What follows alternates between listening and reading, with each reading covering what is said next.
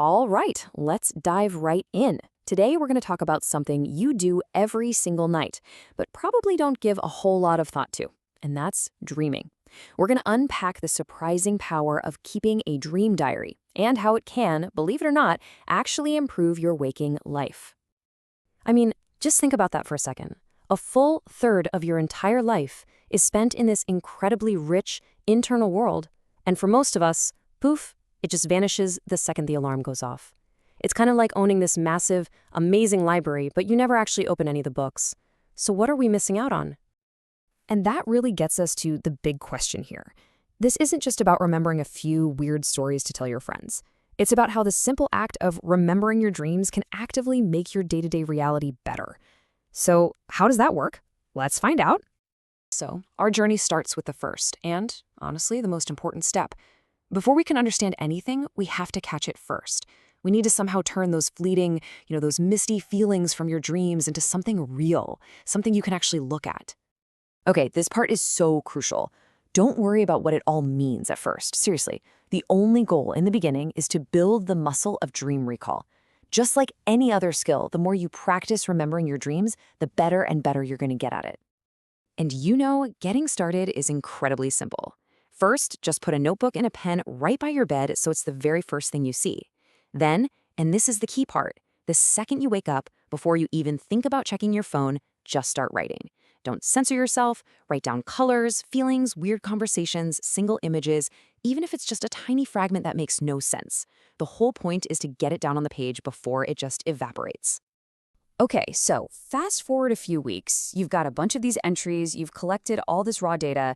Now the real fun begins. Let's move on to the next phase, which is all about connecting the dots and finding the patterns that are hiding in plain sight. So your diary might have an entry that sounds something like this. And on its own, it's just a bizarre little scene, right? I mean, flying is cool, but that feeling of anxiety when you can't find your keys, that's very real. You write it down and you move on with your day. Then, maybe a couple weeks later, you write down something like this. A totally different setting, right? A flooded house, looking for a wallet. It seems completely unrelated to flying over a glass city. But is it?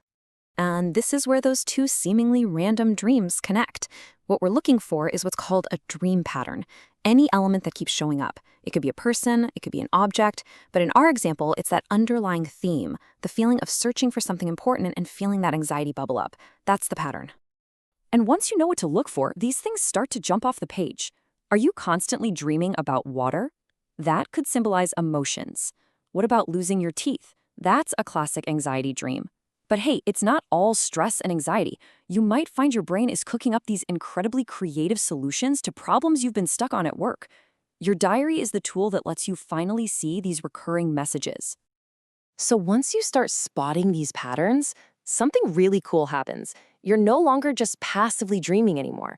You're actually starting a conversation with a part of yourself that's normally off limits, your subconscious mind.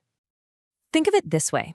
Your waking mind, it speaks in logic. It's direct, it's linear, like prose. Your dreaming mind, on the other hand, speaks a totally different language. It talks in symbols, in metaphors, in raw emotion. It's basically poetry. They're like two different operating systems running at the same time. And here's the kicker. Your dream diary becomes the translator. It's the bridge that allows your logical, conscious self to finally understand the super important symbolic messages coming from your subconscious self. It's what connects those two worlds. Now, this all sounds pretty fascinating. I get it. But let's circle back to our main question. How does all this inner work actually improve your day-to-day, regular old waking life? Well, this is the payoff. So what do you actually get out of this? 3 huge things. First, you get this massive boost in creativity because you're tapping into that wild, unfiltered part of your brain. Second, you gain this incredible self-awareness. Your diary starts to reveal what your subconscious is really thinking about, the hidden anxieties, the quiet desires that are driving your behavior when you're awake. And finally, all of this leads to better problem solving because you start seeing challenges with totally fresh perspectives, straight from your dreams. The pioneering psychologist Carl Jung, he put it perfectly. He understood that dreams aren't just random noise. They're a direct, symbolic, but direct gateway to the deepest parts of who we are. Your dream diary, that's the key to that little hidden door. So when it all comes down to it, It's pretty simple. Every single night, your mind is creating, it's processing, and it's trying to communicate with you.